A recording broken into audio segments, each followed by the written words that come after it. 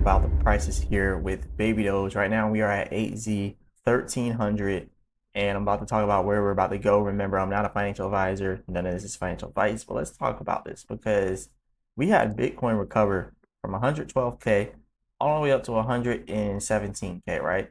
Now we're kind of seeing the pullback back down to 114, 115K Bitcoin. Now, what I will say here about baby Doge, we're gonna just speed through this one real quick because look, if we see Bitcoin pulling back to this Fibonacci at 112K, right, we are going to end up seeing baby Doge pull back to this support at 8Z 1170, right? And if we end up seeing Bitcoin breaking that 112K and touching this 111, 110K support, that is when we end up seeing baby Doge doing the same thing and coming down here to 8Z 1110. So that is the support at that Fibonacci. So those are the immediate levels we have to watch out for with baby Doge. And we all know baby Doge kind of does lag behind the market. So we see we are down 3.8% in the last 24 hours, 8% in the last 14 days, and 1% in the last 7 days. So if you come over here, you can see everything's like either down or just sideways or up a little bit. Ethereum being the outlier because they were up like 15% in a day, like so a couple days ago. So yeah, Ethereum did good. But everything else, sideways trading movement right now, or it's still pulling back. Solana has been trending and doing well. But yeah, this is why I say like baby Doge lags behind the market.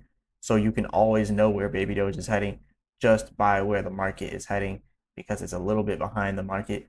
So currently we're just going to see some sideways trading movement just for a little bit. Looking here on the MACD, you can see a sell-off happening here, which is obvious because you can see that sell-off. And then you can also see on the percent R trend reduction, you can see it curving downwards, showing that we are about to have another downtrend here in baby Doge. And again, like I said, pulling back here to this either 1250 or we're going to stop here at 1170, especially if Bitcoin continues to pull back. But let's say Bitcoin takes off. And let's say it takes off to our previous highs, which is up all the way up here around 123, 124K. If we were to see Bitcoin break out to these previous highs, then what we'd end up seeing is baby Doge coming up here to this Fibonacci and up to its previous high at 1625. That is that 1625 level right up there, right below that Fibonacci retracement. And we would probably get close to touching it. But yeah, that's because it's literally the equivalent of what baby Doge or of what Bitcoin is doing. So if we look at this, we go up to here, that's about a 25% gain from where we are now to that 1625 level, right? And then if you come over here with Bitcoin and you do the same thing, you take it and you bring it all the way up to that previous high, for Bitcoin, it'd be about 8% inside of gains here, give or take 8%. So that just kind of shows you, the difference. Like, yeah, baby Doge lags behind the market, but it will move. It will do a higher percentage than Bitcoin. The only problem is it doesn't hold that higher percentage like Bitcoin. Bitcoin will hold those gains. Baby Doge will give you those gains, but then it will immediately pull back and take them right back. So those are the two differences between like Bitcoin and baby Doge. So you really want to be careful when you see stuff like this inside of baby Doge. It's very easy for it to pull back and very easy for you to lose those gains. So definitely be careful. But yeah, in the short term, we are looking at coming up here to 8Z 1600 if we can see Bitcoin coming up here to about 124K. So we do have to pay attention to those levels up there as well. So we should be getting our GDP growth rate quarter over quarter coming on the 28th. What else we got here? We got personal income, personal spending month over month. So, just a little bit of important financial data for the US, which matters a lot for Bitcoin, as we see with the Jackson Hole meeting. Like, that literally caused this whole pump in the crypto market to come back. I was really expecting for us to break that support. And look, if that Jackson Hole meeting did not happen, we would have broken that support and we would have went down if that Jackson Hole meeting did not happen. But they kind of prepped for it. They kind of prepared for it. They sold off the market. When I say they, I mean like the institutional investors, big money, whales, smart money. They sold off at the peak of Bitcoin, and they did that because they knew the Jackson Hole meeting was coming. So they sold off to de-risk and make sure the money, goes down, down, down, down more, so then they can buy the dip, just so then when it pumps on the Jackson Hole meeting, they can pump it right back up and then continue on that uptrend. So that's pretty much what they did, and there's still a possibility that we continue to go down.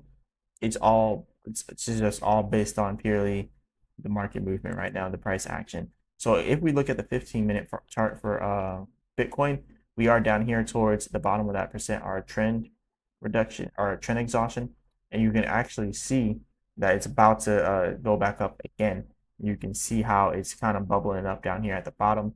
It's crossing the blue lines down here. The blue area is the long-term trend. The blue line represents the long-term trend, right? And then all the blue areas down here.